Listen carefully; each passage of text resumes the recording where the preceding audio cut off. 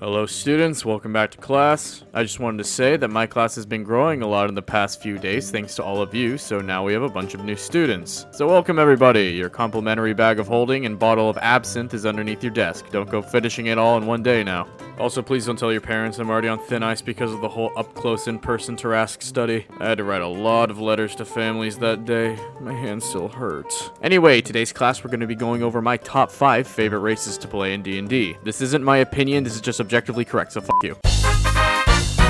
Simic Hybrid. Ever think, damn, human is amazing and all, but my skinny human noodle arms aren't fun and or quirky enough and I need to be different? Then boy are you in luck. This is a race that is often overlooked but is surprisingly effective. Simic Hybrids get a +2 to Constitution as well as a +1 to any stat of your choosing. Having a high Constitution for any character is always really helpful, especially for someone like you who loves to run into the empty room with a chest in it even though the DM has given you clear clues and signs that it's a trap, but look at me, I'm the cleric, nothing bad could ever happen to me. As a Simic Hybrid, you are medium sized and have a 30-foot walking speed as well as dark vision, but no one gives a fuck about that because I have mutations! At level 1 and level 5, you can pick between 3 mutations that allow a large variety of customization. These mutations are, but not limited to, look at me, I fall slow, haha can't catch me, I bet you can't hold your breath as long as me dad, many arms hug, and deadliest loogie. The list goes on, but those are just a few. I'm gonna read your mind today. Githzari. Oh, so you want to be unique, huh? Wow, you're so creative that you choose the race that literally no one plays, but it's so good that it makes no sense that no one plays them. No, seriously, they're so good. I don't know why anybody doesn't play it. Is it the nose? Yeah, it might be the nose. Githzari get a +1 to intelligence and a +2 to wisdom because they are Gen Z woke. They have a 30-foot walking speed and have an ability called mental discipline. This allows them to have advantage on saving throws that would otherwise spook or seduce me.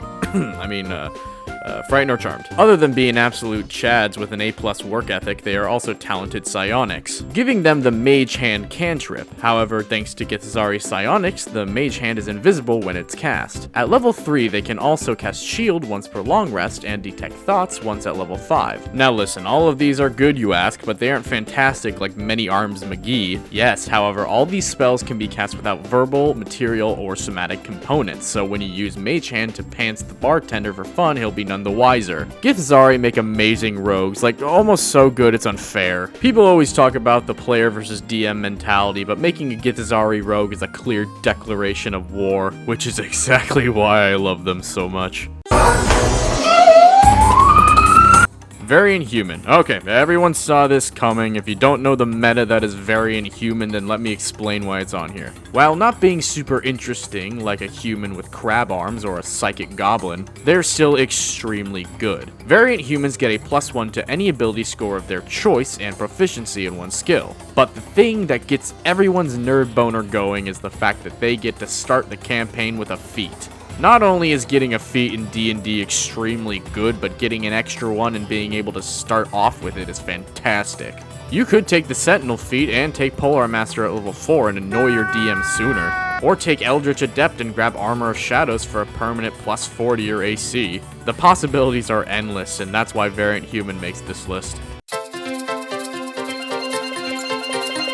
Turtle. Are all the other races too cool looking? Did you just want to live out your days in peace and tranquility? Are you in no rush to go anywhere? Do you never want to die? Then try playing a turtle.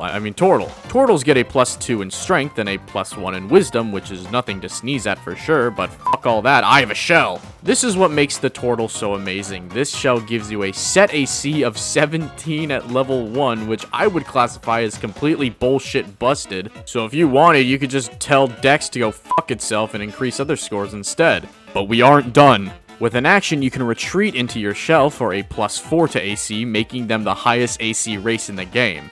And combining all that with a shield spell would even make an adult dragon rage quit. I mean, they are so powerful, and they're turtles, which live for like hundreds of years. Oh, they live to like 50. Well, shit.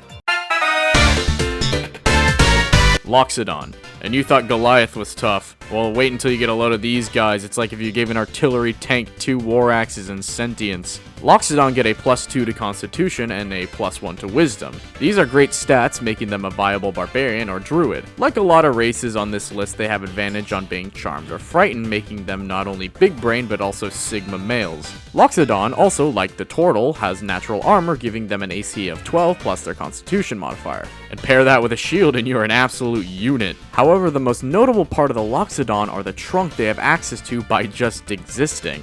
This thing can be used as unarmed strikes, can lift things, as well as used in a ton of creative ways. You can hold a freaking weapon in the trunk and still have 2 free hands to chug a nail and do your taxes. Like, these guys are fantastic. I gotta go.